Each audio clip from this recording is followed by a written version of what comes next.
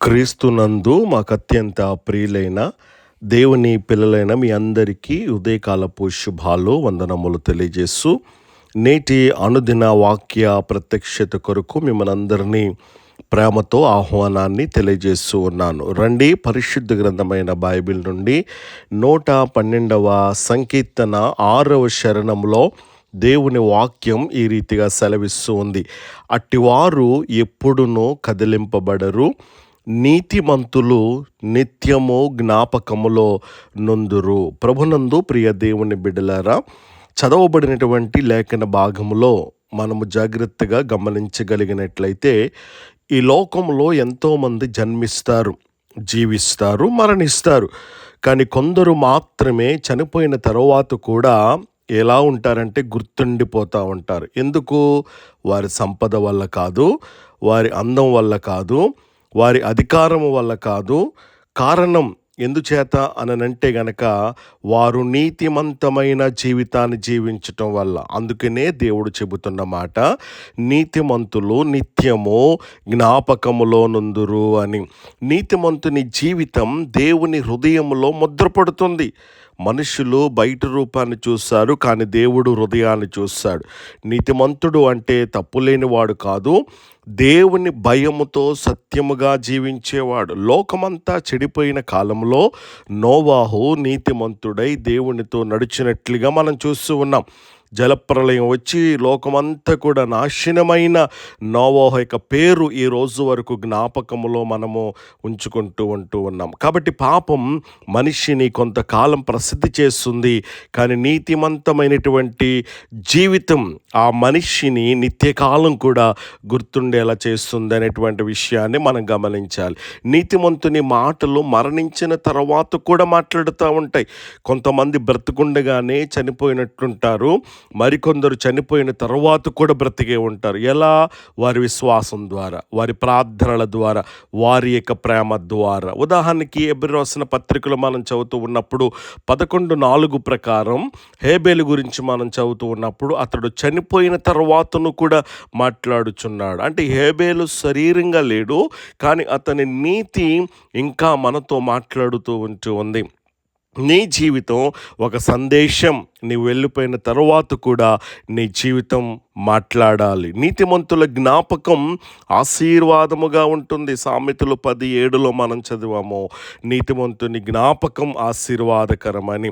కొంతమంది పేరు వినగానే బాధ గుర్తుకొస్తూ ఉంటుంది, కానీ నీతిమంతుని పేరు వినగానే ధైర్యం వస్తూ ఉంటుంది, ప్రార్థన గుర్తుకొస్తూ ఉంటుంది, దేవుడు గుర్తుకొస్తూ ఉంటాడు. ఉదాహరణకి దావీదు ఎన్నో యుద్ధాలు చేశాడు, మరి తప్పులు కూడా చేశాడు, కానీ దేవుని ఎడల అతని హృదయం ఎలాగుందో తెలుసా? యథార్థమైనదిగా ఉంది. అందుకనే ఈరోజు కూడా దావీదు సంతానం అనేటువంటి గౌరవం యేసుక్రీస్తుకు ఇవ్వబడింది అనేటువంటి విషయాన్ని మనము గ్రహించినప్పుడు మనకు అర్థమవుతూ ఉంది.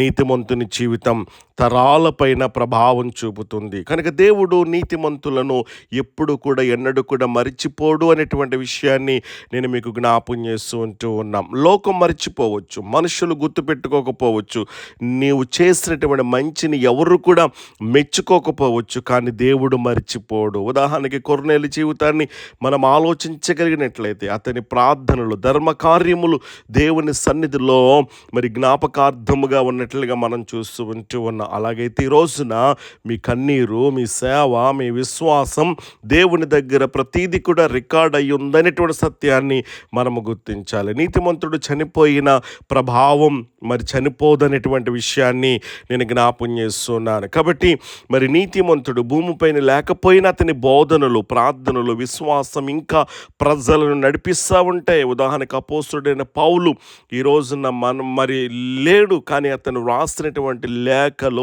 కోట్ల మందిని మారుస్తూ ఉన్నాయి. కాబట్టి నీతిమంతుని జీవితం కాలాన్ని దాటి మాట్లాడుతూ ఉందనే సత్యాన్ని మనం గమనించాలి. అందుకని ఈ రోజున మనం నేర్చుకోవలసినటువంటి విషయం ఏంటో తెలుసా?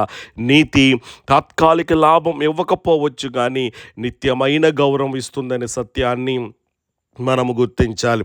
దేవుని కొరకు జీవించిన జీవితం ఎప్పటికీ కూడా వృధా కాదు. మన పేరు కాదు, మన నీతి దేవుని దగ్గర నిలుస్తుందనేటువంటి విషయాన్ని మనం గుర్తించాలి. మంచి జీవితం ఒక వారసత్వం అనే సత్యాన్ని గుర్తించాలి. దేవుడు గుర్తుపెట్టుకునే జీవితాన్ని కలిగి జీవించాలి అని చెప్పేసి ఇదన్న వాక్యము ద్వారా ప్రభు మనతో మాట్లాడుతూ ఉన్నాడు. ఈ లోకములో మనం ఎంతకాలం బ్రతికామన్నదే ముఖ్యం కాదు, ఎలా బ్రతికామన్నదే ముఖ్యము కదా. ధనం వదిలి వెళ్ళొచ్చు, ఇల్లు వదిలి వెళ్ళొచ్చు, కానీ నీతిమంతుడు ఒక సాక్ష్యాన్ని వదిలి వెళ్తాడు. కాబట్టి ఈరోజు మనం నిర్ణయించుకుందాం, ప్రభువా మనుషుల దృష్టిలో కాదు, నీ దృష్టిలో నీతిమంతులమైనటువంటి ఆ జీవితాన్ని జీవించేటువంటి కృపను మాకు దయచేయమని కనుక నీవు ప్రార్థించగలిగినట్లయితే దేవుని యొక్క వాక్యము నీతిమంతుని గురించి చెబుతున్నటువంటి మాట, నీతిమంతులు నిత్యము జ్ఞాపకములో నుందురు అని చెప్పేసి. కాబట్టి ఆ నీతిమంతుడు నీవు నేనా అయితే గనక కృపగల దేవుడు మన జీవితాల్లో గొప్ప కార్యాలు చేయటానికి ఆయన ఇష్టపడుతూ ఉన్నాడు.